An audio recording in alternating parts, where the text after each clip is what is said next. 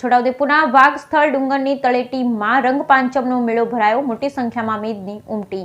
છોટાઉદેપુર નજીક ગુજરાત અને મધ્યપ્રદેશ સરહદ પર આવેલ વાઘસ્થળ ડુંગરના પટાંગણમાં આજરોજ 19/3/2025 બુધવારના રોજ ભવ્ય મેળો ભરાયો. આ મેળો વર્ષોથી ભરાય છે, જ્યાં છોટાઉદેપુર તેમજ આસપાસના ગામડાની પ્રજા મેળાની આનંદ માણવા ઉમટી પડી હતી. વાઘસ્થળ ડુંગર ઉપર વર્ષોથી છોટાઉદેપુરની પ્રજા ચડે છે અને પ્રાકૃતિક સૌંદર્યનો આનંદ માણે છે. દિવાળી કરતાં પણ વધુ છોટાઉદેપુર પંથકમાં હોળીના મેળામાં પ્રજા વધુ આનંદ માણે, ધામધૂમપૂર્વક આ તહેવાર ઉજવે.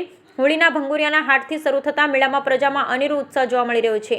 આજરોજ તારીખ 19/3/2025 રંગપંચમના મેળામાં ભારે આનંદ ઉલ્લાસ સાથે આદિવાસીઓએ પરંપરા મુજબ નાચગાન કર્યું. છોટાઉદેપુર નગર તથા આસપાસના યુવાનો ડુંગર ઉપર ચડી આનંદ માણ્યો હતો. ત્યાં ડુંગરનું નામ વાઘસ્થળ એટલા માટે પડ્યું કે ત્યાં અનેક ગુફાઓ આવેલ છે. એની આસપાસ ડુંગરની હારમાળાઓ આવેલ છે. ત્યાં વર્ષો પહેલા વાઘ રહેતા હતા, જેને લઈ વાઘસ્થળ નામ પડી ગયું છે.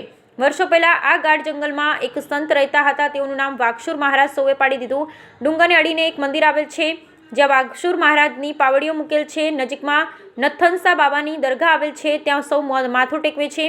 આજે પણ ત્યાં જંગલ વિસ્તાર હોય, બીજી કોઈ વસ્તી ન હોવાને કારણે પ્રજાને આ ડુંગર પાસે હોળીના પાંચમના દિવસે ને દરગાહ ઉપર ઉર્ષ હોય ત્યારે જવાની તક મળે છે. પાંચમનો મેળો આજ રોજ વાઘસ્થળ ડુંગરની તળેટીમાં ભરાયો હતો. ત્યારે છોટાઉદેપુરના અનેક યુવાનો વાઘસ્થળ પર ડુંગર પર ચડી આનંદ માણ્યો. જેઓ હોળી પર્વમાં ગેર ઉઘરાવવાની બાધાઓ રાખી હોય તેઓ પણ બાધા પૂર્ણ કરી. Bureau report Rehan Patel.